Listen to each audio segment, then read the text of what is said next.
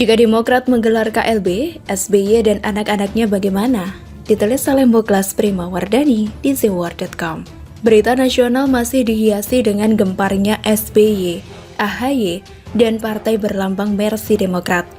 Beberapa minggu masih saja tentang Demokrat, mulai dari pencalonan Muldoko dan Edi Baskoro sebagai Ketua Umum atau Sekretaris Jenderal, perang urat antara SBY dan Muldoko hingga menarik-narik pemerintahan Presiden Jokowi.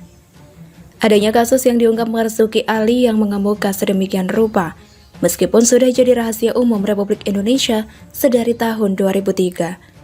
Dilanjut lagi dengan pemecatan para petinggi Partai Demokrat, hingga yang terakhir, adanya pro dan kontra. Beberapa sayap partai sebagian mendukung dilaksanakan KLB, dan sebagian tidak mendukung adanya pelaksanaan KLB.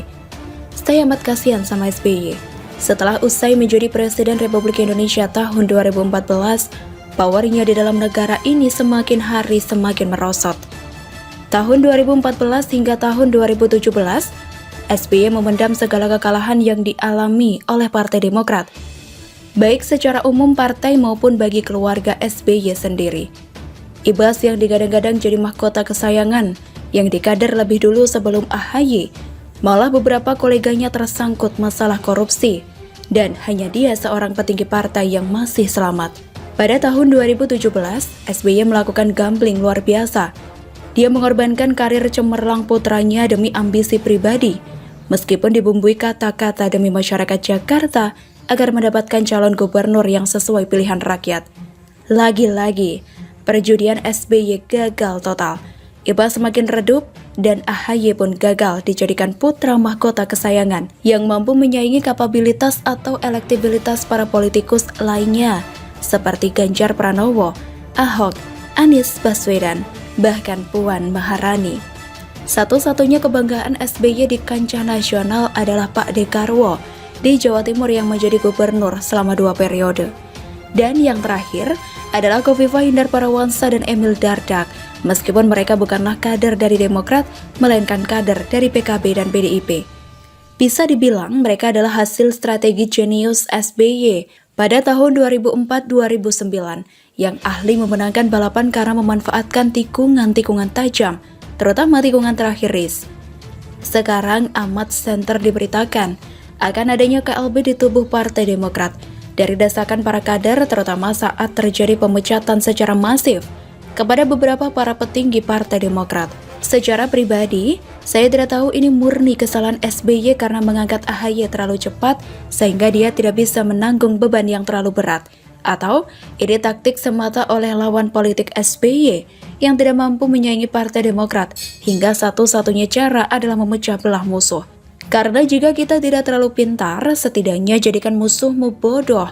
Begitulah kurang lebih tipikal karakteristik beberapa politikus di Indonesia. Yang saya pikirkan justru adalah dampaknya bagi SBY dan sekeluarga.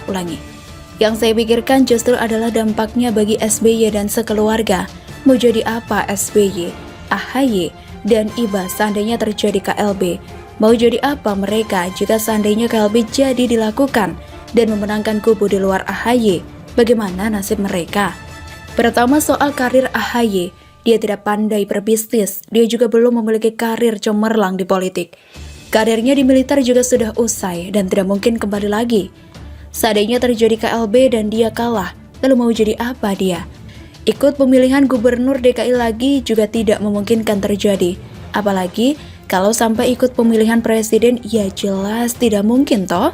Jadi di rut BUMN seperti Ahok, juga siapa yang mau ngangkat gak ada. Atau mungkin dia mau jadi artis seperti istrinya. Rasa-rasanya juga tidak mungkin karena karir istrinya sendiri sudah habis.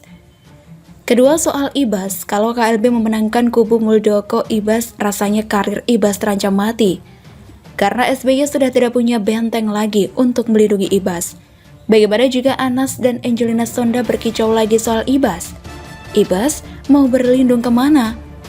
Berlindung ke mertuanya juga tidak mungkin, karena mertuanya masih sibuk di perpustakaan mencari perbedaan apa itu Kalpataru, apa itu Adipura.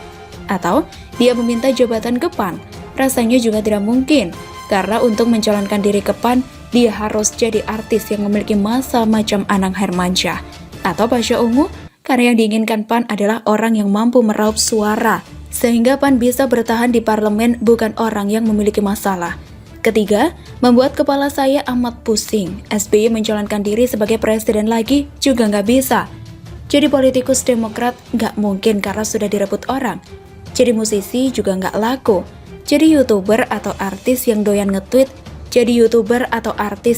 nge-tweet juga diserang para netizen sebagai bapak hambalang. Lantas, dia mau jadi apa? Kepala saya rasanya pusing memikirkan kelanjutan peluangnya. Jadi, mohon maaf harus saya akhiri. Terima kasih. Tuh kan, pada ngelawan, Demokrat sih main pecat aja. Ditulis oleh Jaya Serbakti di sewar.com. Langkah Partai Demokrat memecat beberapa kader yang dituduh terlibat kudeta tidak membuat masalah berhenti sampai di situ. Dan memang ini sudah menjadi kekhawatiran semenjak awal. Jangan sampai ada pemecatan, karena langkah ini besar celah hukum dan perlawanannya. Tapi, Partai Demokrat sepertinya sudah terlanjur panik, sehingga langkah yang tidak sesuai dengan nama dan slogan mereka pun dijalankan juga. Tentu kita tahu yang namanya Demokrat itu adalah penyokong demokrasi. Yang namanya demokrasi itu ya pasti ada perbedaan pendapat di situ. Belum lagi slogan yang sering diucapkan SBY dalam pidatonya. Juga AHY belakangan ini, presumption of innocent, praduga tak bersalah. Masa slogan itu hanya berlaku buat kader mereka yang korupsi? Bagaimana dengan kader yang berbeda pendapat? Dipecat. Gitu. Marzuki Ali bangga dipecat orang tak beres. Saya bangga dipecat oleh orang-orang yang gak beres. Para perampok partai, para tukang palak, gak malu saya atau dipecat, kata Marzuki kepada wartawan. Marzuki dipecat karena dianggap berucap dan bertindak terbuka tentang kebencian dan permusuhan kepada Partai Demokrat.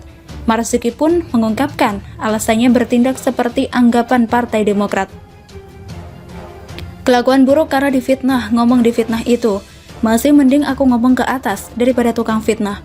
SBY itu harus tahu, ayat yang paling keras dalam Al-Quran itu adalah menfitnah. Menyatakan bahwa tukang fitnah itu tidak akan masuk surga kalau yang difitnah tidak memaafkan. Mau dibuktikan? Banyak, saya ada rekaman orang-orang lapor. Ada yang minta 500 juta rupiah. Ada 250 juta rupiah. Nanti malu dia. Marzuki mengaku akan membawa pemecatannya ke ranah hukum. Bahkan, dia juga berencana melaporkan orang-orang yang menfitnahnya terlibat isu kudeta. Salah satunya AHY. Kita pasti tegakkan, artinya kita dari sisi itu. Yang harusnya dipecat itu dia. Kita akan lakukan itu atau upaya hukum. Nggak mungkin enggak lah, kita tunggu SK-nya. Kalau nggak ada SK-nya, bohong aja. Itu satu, yang memfitnah saya akan laporkan. Terang Marzuki. Jadi sadar, pemecatan ternyata tidak cukup pengumuman. Harus ada SK-nya. Layak ditunggu apakah Partai Demokrat benar punya nyali memecat dengan SK atau hanya sekedar gertak sambal. Tapi setelah itu kepesertaan masih berlaku. Darmizal, kami tak akan tinggal diam. Pertama, saya ucapkan innalillahi wa inna ilaihi raji'un. Segala sesuatu datangnya dari Allah dan pada akhirnya kembali pada Allah. Kedua, saya tidak bersedih apalagi berduka atas pemecatan ini, kata Darmizal yang dikenal sebagai salah satu pendiri Partai Demokrat. Darmizal mengatakan pemecatan justru menunjukkan wajah asli Ketua Majelis Tinggi atau SBY. Ia menyebut SBY dan keluarga tidak demokratis dan anti kritik dalam mengelola partai. Lebih lanjut, Darmizal menegaskan tidak akan tinggal diam terhadap sikap arogan dan otoriter Partai Demokrat. Sudah kepalang basah, jadi mandi sekalian katanya. Maksudnya, para senior lainnya tidak akan segan-segan untuk membongkar semua dosa politik Partai Demokrat di depan publik dan segera tanpa terkecuali. Pemecatan ini bagi kami menjadi tonggak sejarah yang paling monumental. Semakin bergairah dan militan untuk melaksanakan kongres luar biasa guna mengembalikan hak kader, ucapnya. Yosudarso, perjuangan awal Demokrat tidak ada keringat SBY. Saya bangga-bangga aja. Hari zaman now begini dipecat oleh partai seperti waktu zaman kerajaan, kata Yus karena menilai pemecatan itu secara sepihak. Dirinya tidak pernah dimintai keterangan. Dia pun mengungkapkan kembali perjuangan Partai Demokrat hingga akhirnya lolos verifikasi atas perjuangan keringat dan darah kader Demokrat, minus keringat SBY di dalamnya. Dia juga bilang tidak pusing dengan gugat-menggugat. Dia hanya fokus pada upaya kongres luar biasa agar tetap dilakukan. Dan ada satu kalimat yang saya pikir dia paham apa yang dihadapi sekarang ini. Toh, setelah KLB dan semua teman-teman yang sama-sama dipecat akan diangkat lagi, ucapnya. Dari semua ini keyakinan yang dimiliki kader-kader yang dipecat ini, saya jadi bertanya, jangan-jangan cuma SBY, AHY, dan kader-kader muda saja yang tidak mengerti bagaimana sebenarnya mekanisme pemecatan kader dari partai? Kalau itu benar, bisa-bisa KLB benar-benar akan terjadi. Hati-hati dinasti JKS, harus punya